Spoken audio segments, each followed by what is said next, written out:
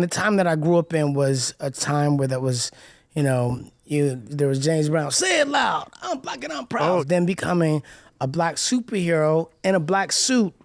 I was like, forget about it. Oh man, this ding, is ding, ding, ding, ding, ding, ding, let's go. Yeah. This is perfect for me. Yeah. The black was what I wanted to wear. When I saw it, I was like, I want this one. They're like, that's yours. In other words, the Black Ranger himself says, I think this was empowering. I thought it was really cool. I made the choice to be the Black Ranger, and now you have some writers saying, yeah, it was a real mistake. But here's another one, the cultural issue, right, of everything is racist. And it's not really, the good thing is it's not really working, I don't think, a whole lot. It doesn't stop, God love them, the left from trying.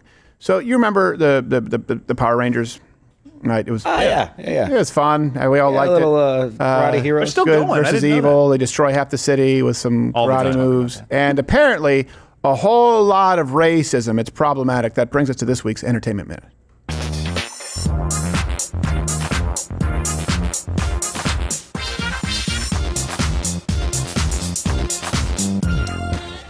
All right. So, Power Rangers. Okay. Happens.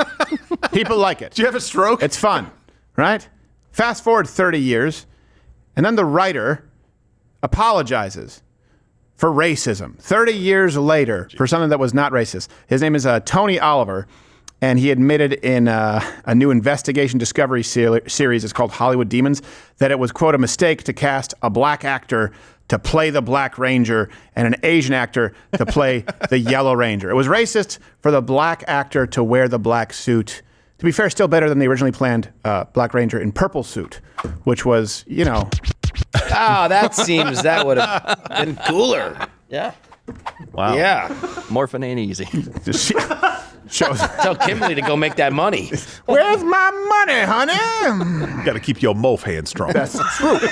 Tell Rita she owes me $20. Rita got a headache. I'll give her a headache. Yeah. Where'd you get all that money for that machine? That crazy voice, Rita? Talk about you got a leg and I got an arm. What's the name of the guy who shows up in the hologram? He just shows up.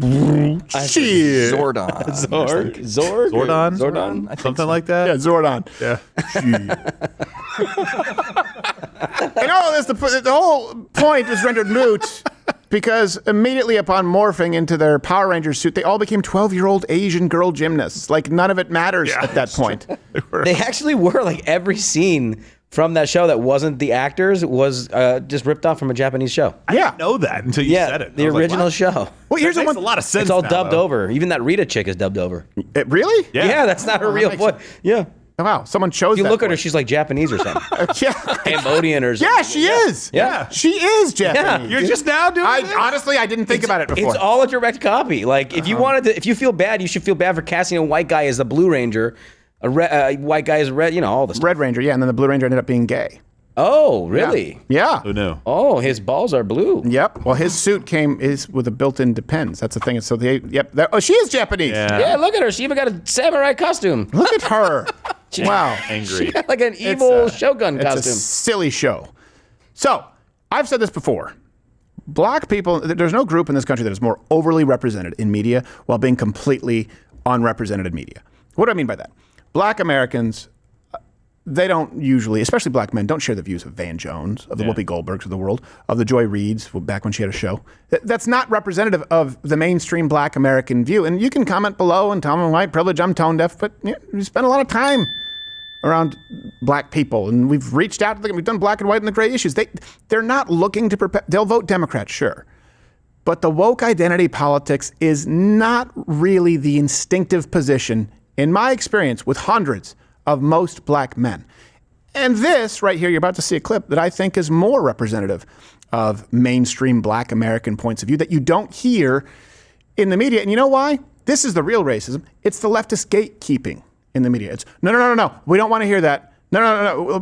Trot out Van Jones, trot out some lesbian, Afrocentric gender studies major from Harvard. So here's the Black Ranger himself, Walter Jones, who's not, a perpetual media figure. So maybe, or media, I should say talking head. I don't know what kind of work I haven't checked his IMDb. idea. I'm sure he's doing fine. But he weighed in on this exact topic a couple of weeks ago, which means the writer should have known better. Was there anything to being black as the Black Ranger? Well, For me, I found it to be quite powerful. Yeah. Because here I am, a young black kid from Detroit, Motor City, Motown. We get it. And Yes, indeed. predominantly a black city. So Yes, indeed. and the time that I grew up in was a time where there was, there was James Brown, say it loud, I'm black and I'm proud. Then becoming a black superhero in a black suit. I was like, I was forget with about it. Oh man, this Ding, is ding, ding, ding, ding, ding, ding, let's ding. go. This is perfect for me. Yeah. Yeah, no kidding. Now, the idea of me being in a black suit never bothered me, and in fact, I was happy about it when I first saw the suit. I thought it looked cool. I thought it looked cool as well. Yeah. I didn't think I would look. I thought I might look cool in red. I know I don't look cool in blue because I've seen it. Yeah. The black was what I wanted to wear. When I saw it, I was like, I want this one. They're like, that's yours.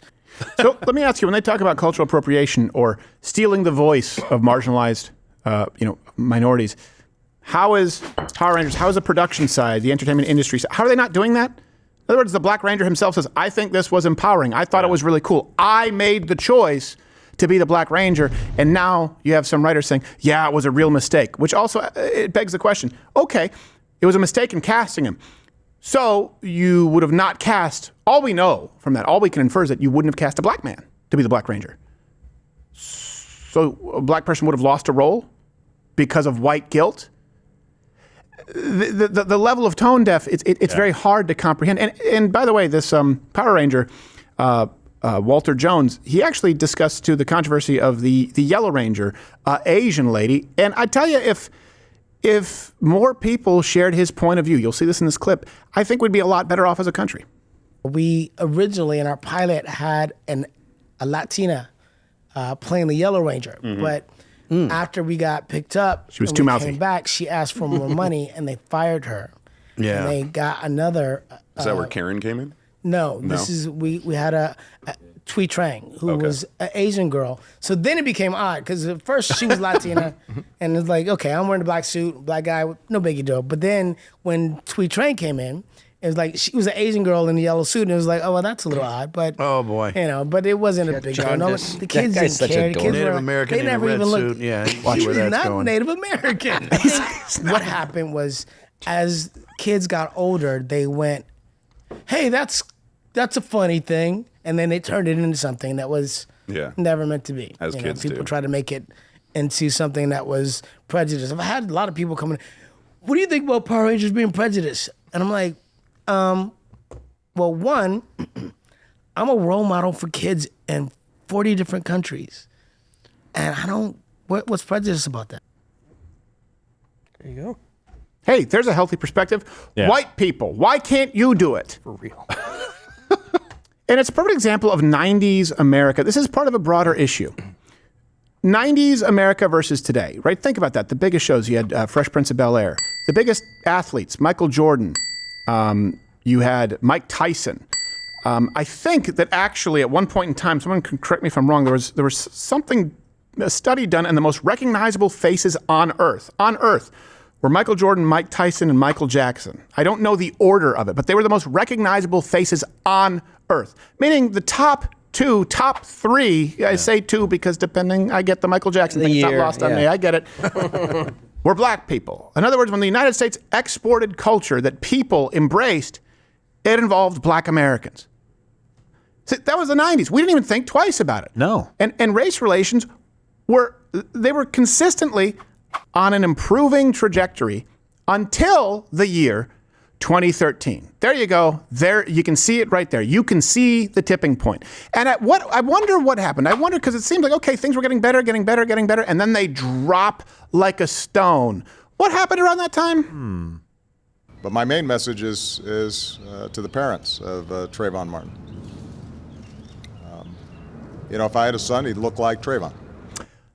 That's right. Yeah. We had a Marxist in chief stoking a race war. That's right. I forgot about that. And then we had hands up, don't shoot. Even though his hands weren't up, he was reaching for a cop's gun and had just knocked over a convenience store. Yeah. And then we had the assassination of police officers in Dallas. This is all pre-Trump, by the way. This was the catalyst for Black Lives Matter before it was Black Lives Matter. That's right. We had the first black president ever elected by white people. Yep.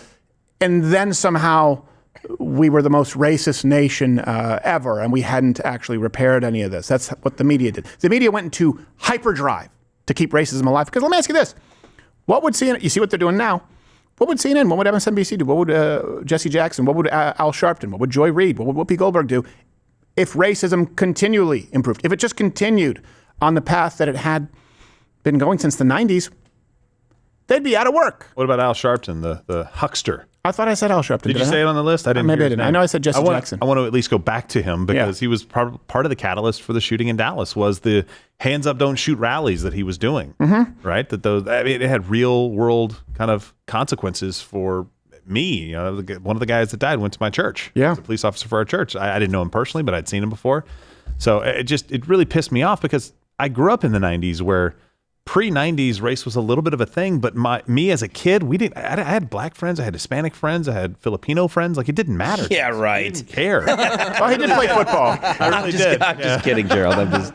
I just thought that'd be funny. No, I mean, I really did. And so when you get into high school and that time, and like you said, all the mics, all the movies, like the biggest action star or the biggest stars really are black stars, black musicians, black athletes. And you're like, I don't care. And the Black Power Ranger was like the most badass one. Yeah, everyone loved the Black leader Power was the Ranger. red one, cool. but everyone knew that the badass one was the black one, and then later the green/white one came in.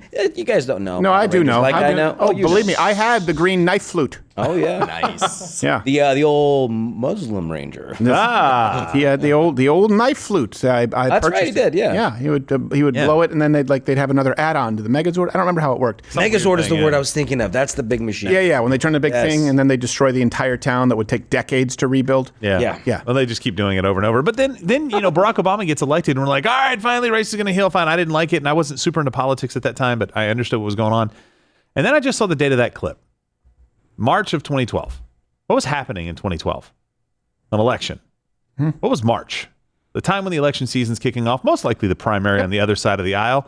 All of it was thrown away. All of the progress that had been made on just kind of like, this is not a thing anymore, it got thrown away to win an election. To have an issue to wedge Americans apart with again. And we're still dealing with it today, and it got worse. Absolutely, yeah. It's straight from the Marxist playbook. Yeah. To divide and conquer, divide people by race, divide people by class. There's nothing new. The left just decided to be more aggressive. The left, I would say with Barack Obama, because I know there's sort of a lot of, now it's mainstream acceptable to be conservative. It wasn't in the Bush years. It wasn't even, maybe in the Reagan years, but certainly as a younger person, as a millennial, it was you had to speak in hushed tones if you were conservative or a Republican. That's not the case anymore. You may have people say that you're a racist, but the truth is everyone knows half the country is conservative and people are more bold about it, right? But what happened in... Also, racist has lost its meaning. It It's has. been so watered down by every little tiny microaggression or so-called microaggression. Right. Yeah, no. Say race is like, ugh, I doubt he is. It really has. But during Barack Obama's presidency, they got really, really aggressive. I think because they realized they were losing control.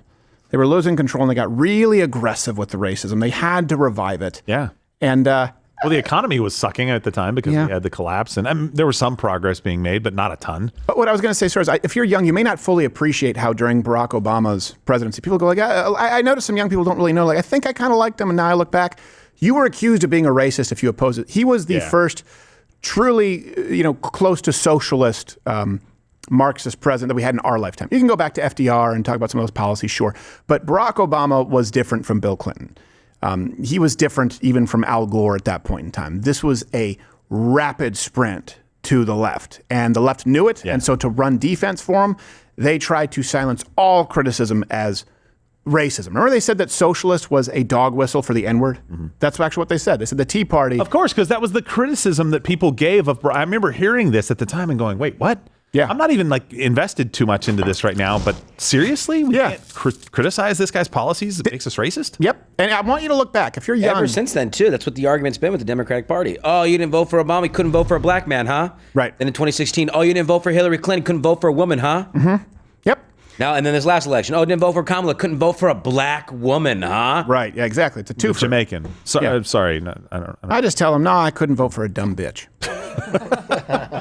Yeah, it's sexist and racist, I guess. But what happened back then, it really was, this was a guy who smoked crack with a convicted domestic terrorist Bill Ayers and wrote about it. Pretty cool guy. This is a man who was largely raised by a white woman and identified with his father in Kenya, who he really had never spent time with or met, and wrote a book about. This is a man who was steeped in Marxist ideology. Was it? I just remember it was his professor there at Harvard, Bell, who was an actual communist. Andrew Breitbart wrote. This was a radical. It was very clear that he was a radical, and the left knew it. So they weren't going to be able to have a conversation with Republicans, conservatives saying, this guy's a radical. He's saying, racism, to try and silence you before anything began. And we saw race relations plummet. So please just don't become complacent. Know that the left will do that. Yeah. They've done it. They'll do it again in the future, even though right now you're maybe a little more comfortable being open about being a conservative. It could go away really quickly because they do control the media and the institutions. Hey, if you're still watching this video, comment below. Sorry, I'm parched.